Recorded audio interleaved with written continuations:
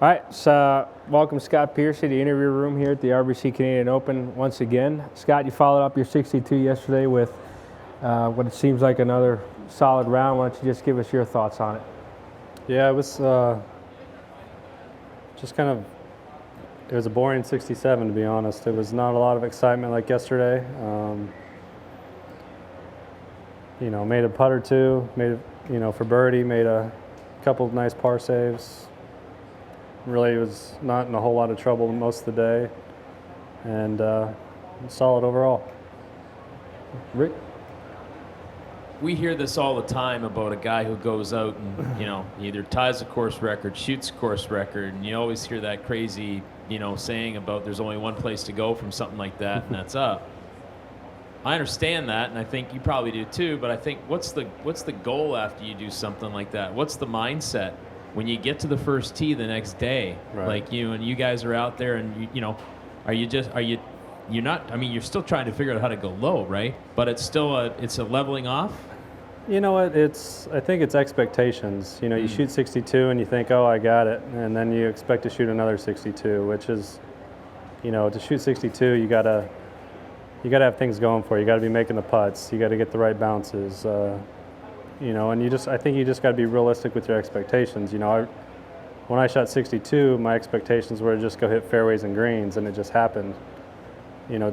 Today, knowing that it's generally fairly tough to follow up a course record, I just wanted to hit a bunch of greens, a bunch of fairways, and just, let it happen again. If I hit a good shot and I get 2 or 3 under, then that's great. But a lot of times you end up being unhappy with pars after you shoot a 62, and so because you're so used to making birdies or eagles that that's what you expect, and pars are still good, if that makes sense. So, and that's a great point. Pars are still good. So I'm assuming that those expectations, when you get out there, you have to sort of watch yourself, right?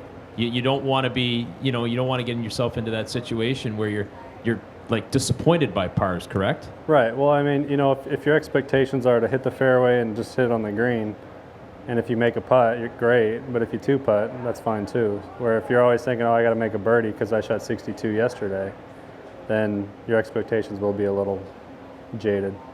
Scotty, one thing that looked to me, and I just was out on the back nine, not the front, but it looks to me like pin placements today were just a little bit tougher, and I think they really looked at your number yesterday, and I think there was a correction, shall we say. I'm just wondering what you think. There's a few real sketchy pins. Number 10 it's got to be illegal, honestly. I mean, they usually have a parameter of where they put pins. Well, that pin's got to be off. There's not a lot of flat putts on the greens, period, because they all slope back to front. So, and more slope more than others. So there was a few that were a little dicey for sure. When you get into a course like this, when you get to a traditional old style Harry Colt design as this one is, does it get your juices flowing a little bit more, or are you just the type of guy that it's golf? There's the green, there's the fairway. This is my number. Go hit it. I would say that this golf course for me takes the juices out of it for me, because it's not an exciting golf course where you just generally go light it up, or you're hitting driver and it's a lot of position off the tee, and it's actually a lot of position into the green. You want to be just past first third of the green, in the middle of the green, and putt into the corners.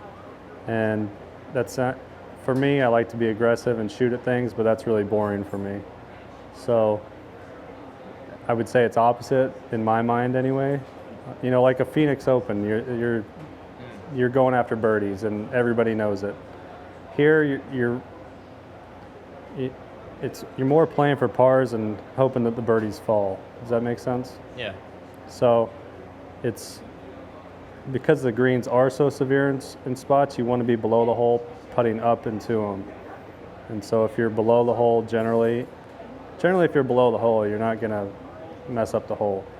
even if you're short of the green, you're usually putting up to the hole. So it's a lot of position off the tee, I feel, to hit the fairways so that you have a chance to be as aggressive as you can be.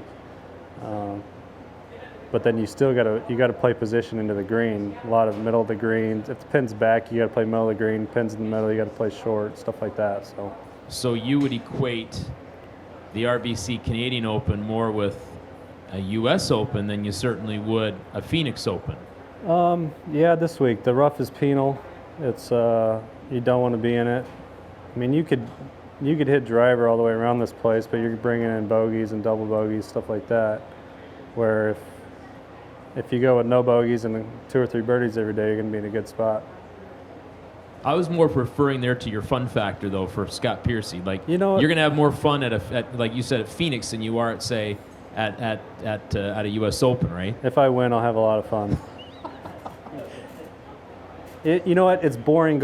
Like this golf is boring golf for me because I'm not going for it. I'm not trying to put my foot on the accelerator. I'm kind of touch and go. Where at the end of the week, you look back. You know, hopefully the next 2 days go well, and hey, I finished top 10. I won. I finished 5th. You know, that's fun. You know, at the end of the week when you put it together, when you look back and it's a good finish, that's fun. But while you're in the process of doing it, you really, I call it boring golf. You know, if that makes sense. Okay. Yeah. Any more questions? Back? No? All right. Thanks, Scott. Cool.